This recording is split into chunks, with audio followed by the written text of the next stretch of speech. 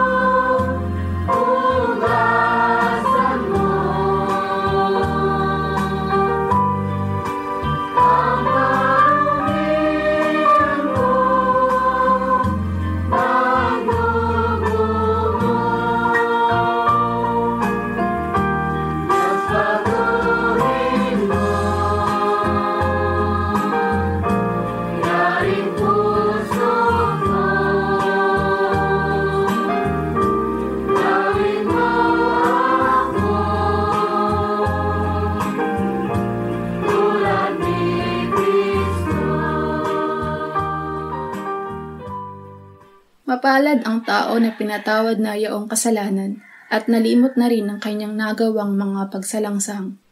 Mapalad ang taong sa harap ng Panginoon ay di na pinararatangan ng kasalanan, dahilan sa siya ay hindi nanlilinlang. Noong hindi ko pa naipahayag yaring kasalanan, sa buong maghapon ako'y nananangis sa matinding lumbay. Sa araw at gabi, bigat ng kamay mo ang nararamdaman. Ano pa't wala nang nalalabi akong lakas sa katawan. Hamog ang kaparis, dagling na tayo sa sikat ng araw. Ako ay lumapit sa iyong harapan at salay inamin. Ang aking nagawang mga pagsalansang di ko inilihim. Pinagpasyahan ko ang lahat ng ito sa iyo'y idaing at aking natamo ang iyong patawad sa sala kong angkin.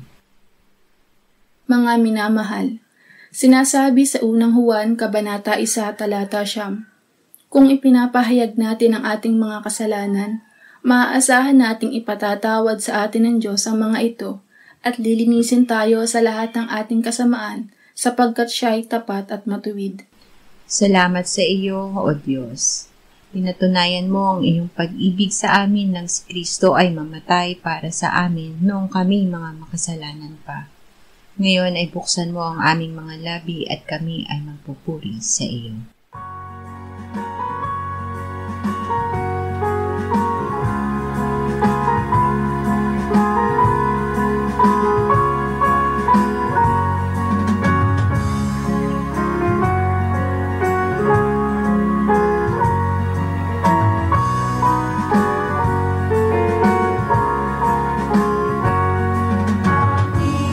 Sambahin at purihin ang Diyos.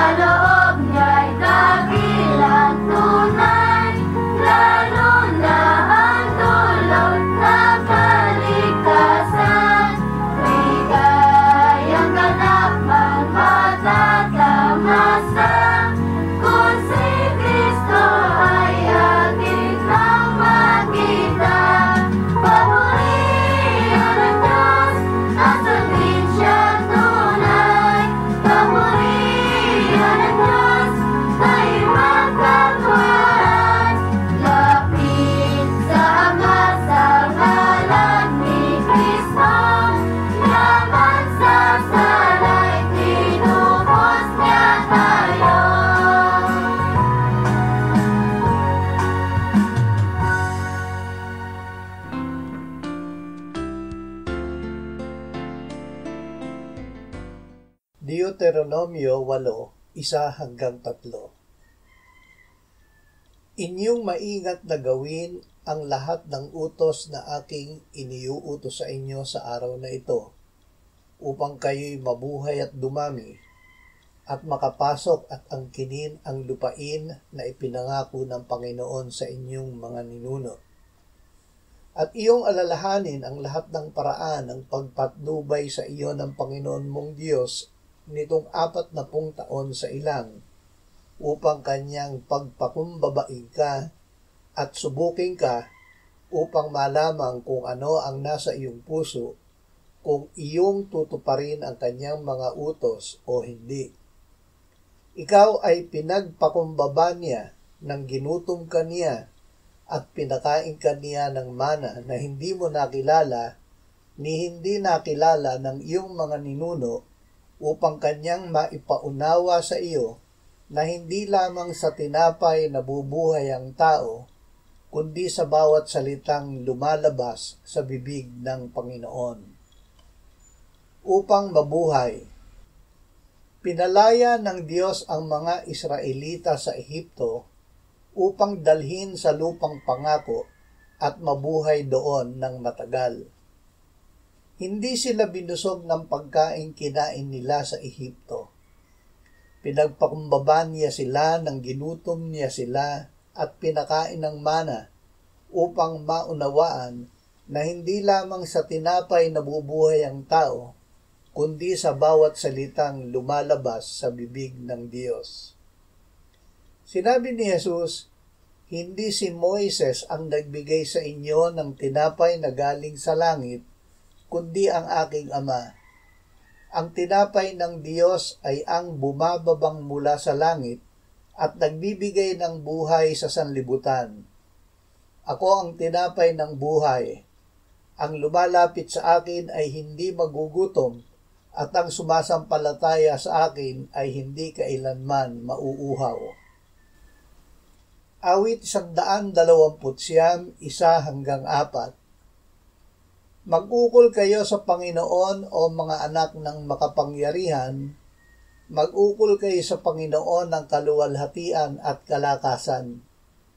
Iukol ninyo sa Panginoon ang kaluwalhatian na nararapat sa kanyang pangalan. Sambahin ninyo ang Panginoon sa banal na kagalakan. Ang tinig ng Panginoon ay nasa ibabaw ng mga tubig. Ang Diyos ng kaluwalhatian ay kumukulog, ang Panginoon sa ibabaw ng maraming tubig. Ang tinig ng Panginoon ay makapangyarihan. Ang tinig ng Panginoon ay puspos ng kadakilaan. Dahil makapangyarihan, ang salita ng Diyos ay makapangyarihan. Nasa kanyang salita ang kanyang buhay, nasa kanyang salita ang kanyang buhay, kaya't ito ay nagbibigay ng buhay.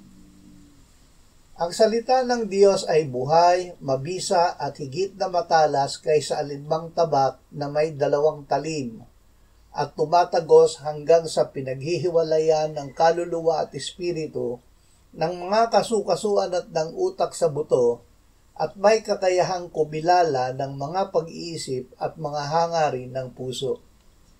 Sinabi ng Panginoong Hesus na ang kanyang salita ay espiritu at buhay. Kolosas 3:16-17.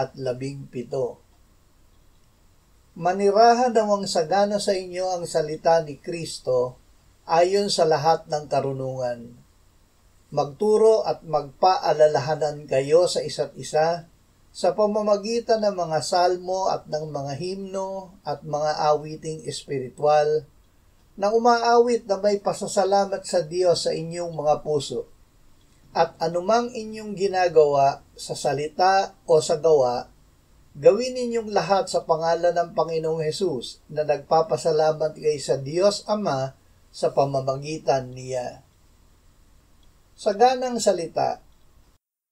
Tanggapin at panahanin ang saganang salita ni Kristo sa puso. Nasa salita ni Kristo ang kapangyarihan ng Diyos. Kapag sinusunod natin ang salita ni Kristo, ang Diyos ay sumasa atin at umiiral ang kanyang kapangyarihan sa atin. Sinabi ni Jesus, siyang mayroon ang aking mga utos at tinutupad ang mga iyon, ay siyang nagmamahal sa akin, at ang nagmamahal sa akin ay mamahalin ng aking Ama, at siya'y mamahalin ko, at ihahayag ko ang aking sarili sa kanya. Kung ang isang tao ay nagmamahal sa akin, ay kanyang tutuparin ang aking salita, at siya'y mamahalin ng aking Ama, at kami lalapit sa kanya, at kami gagawa ng tahanang kasama siya. Juan 8:31-36. Pagkatapos ay sinabi ni Jesus sa mga Hudyong sumasampalataya sa kanya, kung kayo'y mananatili sa aking salita, tunay ngang kayo'y mga alagad ko. At inyong malalaman ang katotohanan, at ang katotohanan ang magpapalaya sa inyo. Sumagot sila sa kanya, kami mula sa binhi ni Abraham at kailan may hindi pa naging alipin ng sinuman. Bakit mo sinasabing kayo'y magiging malaya? Sinagot sila ni Jesus, katotohanang sinasabi ko sa inyo, ang bawat nagkakasala ay alipin ng kasalanan. Ang alipin ay walang palagiang lugar sa sambahayan. Ang anak ay may lugar doon magpakailanman. Kaya't kung kayo'y palayain ng anak, kayo'y magiging tunay na malaya. Tunay na malaya. Ang nananatili at sumusunod sa salita ni Jesus ay tunay na mga alagad niya. Nalaman nila ang katotohanan at ang katotohanan ang nagpalaya sa kanila sa kasalanan. Ang pinalaya ni Jesus ay tunay na malaya. Salamat sa Diyos na bagamat tayo'y dating mga alipin ng kasalanan, tayo'y taus-pusong sumunod sa aral. Matapos na mapalaya tayo sa kasalanan, ay naging alipin tayo ng katuwiran. Ngayong pinalaya na at naging mga alipin ng Diyos, tayo ay nagbubunga ng kabanalan na ang kahihinatnan ay buhay na walang hanggan. Magtiwala. Pag-aralang tanggapin ang salita ng Diyos na may pagtitiwala. Kahit sa una ay hindi natin maunawaan ito, patuloy itong pagbulay-bulayan. Ang kapangyarihan ng Diyos ay nasa kanyang salita. Ang salita ang magbibigay ng luwalhati sa Diyos. Kahit wala tayong nararamdamang kapangyarihang manalig o sumunod, ang salita ng Diyos ay buhay at makapangyarihan. Tanggapin ito at hawakang mahigpit. Gagawa ito kalakip ang kapangyarihan ng Diyos. Ang salita ang pumupukaw at nagpapalakas ng pananampalataya at pagsunod.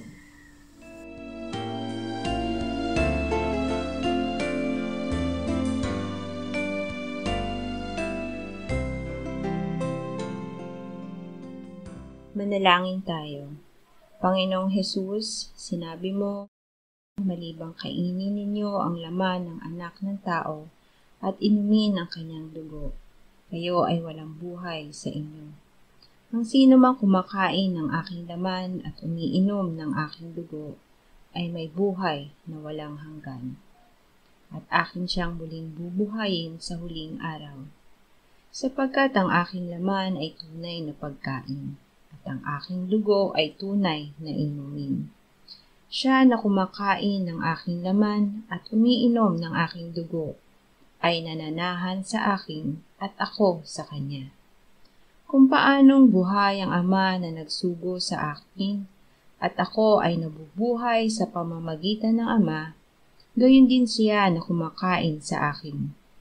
Siya man ay mabubuhay sa pamamagitan ko. Panginoong Hesus, aming tagapagligtas, tinatanggap ka namin sa oras na ito bilang aming tinapay ng buhay. Tinatanggap namin ang iyong katawan na ipinako sa krus, namatay, inilibing, pinuhay na muli at iniakyat ng Ama sa kanyang kanan sa langit bilang aming tunay na pagkain. Tinatanggap namin ang iyong dugo na nabuhos sa ikapagpapatawad ng aming kasalanan bilang aming tunay na inumin. Manahan at mabuhay ka sa amin upang kami ay mamuhay sa pamamagitan mo, kung paanong ikaw ay namuhay sa pamamagitan ng Ama. Salamat, Ama, sapagkat dahil kay Kristo, kami ngayon ay nakapamumuhay, kasama mo kaisa ng Espiritu Santo. Sa iyo ang lahat ng kalwalhatian, ngayon at magpakailanman. Amen.